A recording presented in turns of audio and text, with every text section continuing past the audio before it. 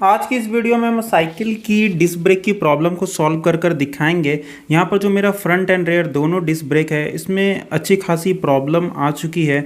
आप तो यहाँ पर देख सकते हैं ये जो हमारा फ्रंट वाला डिस्क ब्रेक है और जो रेयर डिस्क ब्रेक है वो सेम वही डिस्क ब्रेक है जो कि कंपनी से हमें पहले से इनबिल्ड आई थी। तो फ्रंट वाले डिस्क ब्रेक में प्रॉब्लम आए कि जैसे ही हम ब्रेक को लगाते हैं हमारा कैलिपर स्टक हो जाता है। कई बार ये डिस्क पैड को एक बार होल्ड कर लेता है तो ये छोड़ता नहीं और कई बार अचानक से इसके ऊपर प्रेशर ही नहीं बनता है।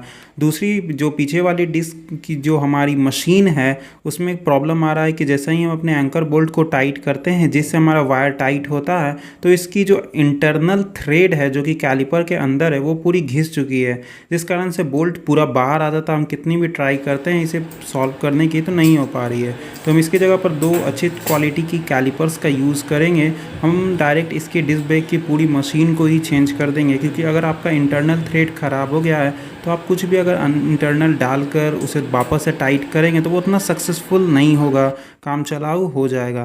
तो सबसे पहले डिस्क ब्रेक की मशीन को चेंज करने के लिए आपको ऊपर साइड की दो बोल्ट्स को चेंज करना है, अगर आप सेम साइज़ की ही डिस्क ब्रेक की मशीन को लगा रहे हैं तब, नहीं तो आपको पूरा एडेप्टर भी हटाना पड़ेगा। तो यहाँ पर सबसे पहले ऊपर के दो बोल्ट्स को खोलना है ठीक इस तरीके से और मशीन को आपको बाहर निकाल लेना है। तो यहाँ पर आप देख सकते हैं हमारा पुराना वाला मशीन बाहर आ गया है। उसके बाद एक साफ़ कपड़े से हो सके तो अच्छी तरीके से आप अपनी जो डिस्क की एडेप्टर है और अंदर गंदगी हो जाती है तो उसे आप साफ़ कर ले और कुछ इस तरीके से पहले रख कर मेज़र कर ले कि आपका जो डिस्क रोटर है वो आपके मशीन के ऊपर लग रहा है या नहीं। तो मैंने यहाँ पर एक एक वॉशर अंदर की साइड में दिया है और बोल्ट के ऊपर दो वॉशर लगाया है और यही सेम प्रोसेस मैंने पीछे की साइड में भी किया। पीछे की साइड में भी मैंने एक ही वॉशर दिया है और ऊपर की साइड में मैंने दो वॉशर दिया है। उसके बाद हम इसे हल्का सा भी टाइट कर देंगे, पूरा टाइट नहीं करेंगे।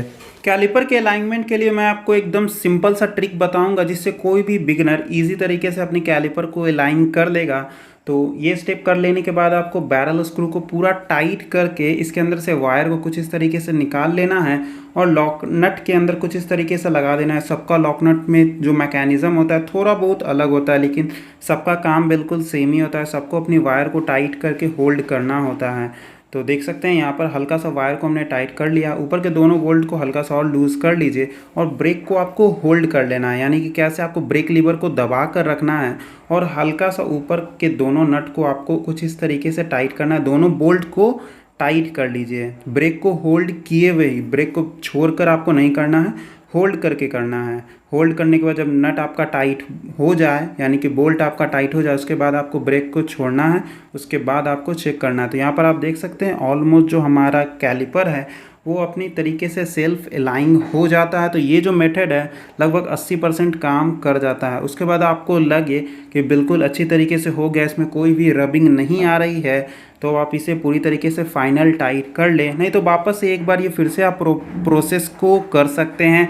इसमें लगभग आपका 70 से 80% ब्रेक टाइट हो जाता है, कोई ज़्यादा इसमें झमेला नहीं होता है। नॉर्मल आदमी भी कोई भी इसे ईजी तरीके से कर सकता है। बैरल स्क्रू को टाइट कर लेंगे ताकि आप बाद में इसे लूज़ करके अपनी ब्रेक को हल्का फुल्का और भी ज़्यादा टाइट कर सकें, जैसा कि मैंने यहाँ पर आपको दिखाया है। और बार बार अपनी व्हील को आप नचा कर देख लें कि आपका जो रोटर है वो आपके पैड में टच हो रहा है या नहीं।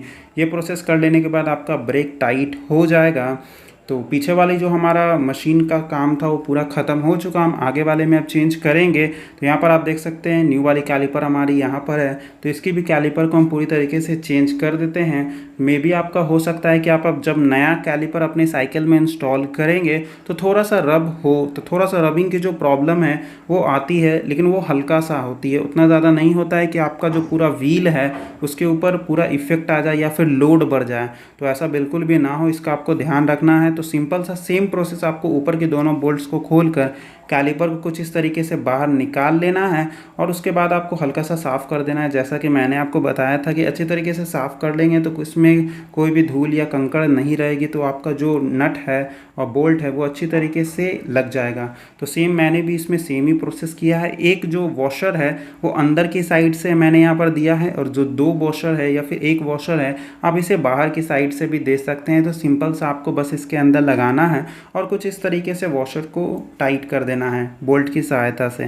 तो यहाँ पर आपको 5 mm की एलन की का यूज़ करना है। 5 नंबर की एलन की से आपका जो पूरा डिस्क ब्रेक का काम है वो ईजिली तरीके से हो जाएगा। तो डिस्क ब्रेक की जो मशीन है इस बार फिर से आपको पूरी तरीके से नहीं टाइट करना है, हल्का सा आपको ढीला रखना है। ऊपर से आपको एंकर बोल्ट को टाइट कर लेने के बाद वायर को अंदर से डाल लेंगे और लास्ट में हम इसे नट से टाइट करेंगे।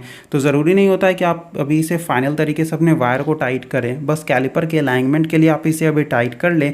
उसके बाद आपको क्या करना है, ब्रेक लीवर को थोड़ा सा होल्ड करके रखना है।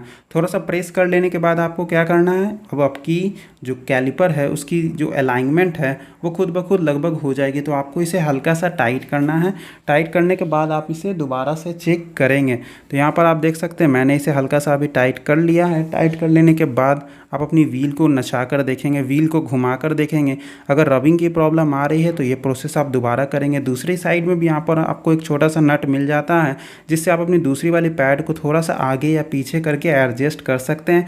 ये सिंपल सा प्रोसेस करेंगे, आपका जो फ्रंट वाला डिस्क ब्रेक है वो अच्छी तरीके से काम करने लगेगा। सेम यही प्रोसेस आपको फ्रंट एंड रेयर दोनों व्हील में करनी है। तो ये वीडियो आपको पसंद आई तो वीडियो को जरूर लाइक कीजिएगा। चैनल पर नए हैं तो चैनल को जरूर सब्सक्राइब करके बेल आइकन को प्रेस कर दीजिएगा। कोई प्रॉब्लम हो तो आप हमें कमेंट कर सकते हैं। तो मिलते हैं हम लोग अपनी नेक्स्ट वीडियो में।